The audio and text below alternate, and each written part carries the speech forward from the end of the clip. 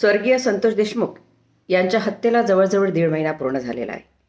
या हत्येच्या निमित्ताने बीड जिल्ह्यातील पडद्यावरचे गुन्हेगार, पडद्यामागचे गुन्हेगार यांचे बऱ्यापैकी चेहरे जनतेसमोर आलेले आहे आणि या जिल्ह्यातील गुन्हेगारी बऱ्यापैकी स्पष्ट झालेली आहे. म्हणजे आकाचा आका कोण, आकाचा आका कोण हे सर्व जनतेला जवळजवळ माहिती पडलेलं आहे. अशातच या जिल्ह्याचे पालकमंत्रीपद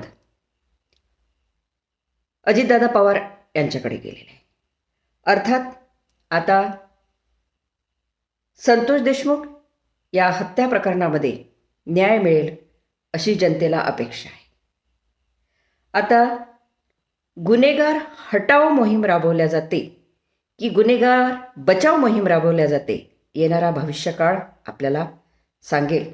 आणि आकाचा आका, आकाचा आका, या आकामध्ये एका आकाची भर पडणार नाही अशी आपण अपेक्षा करू.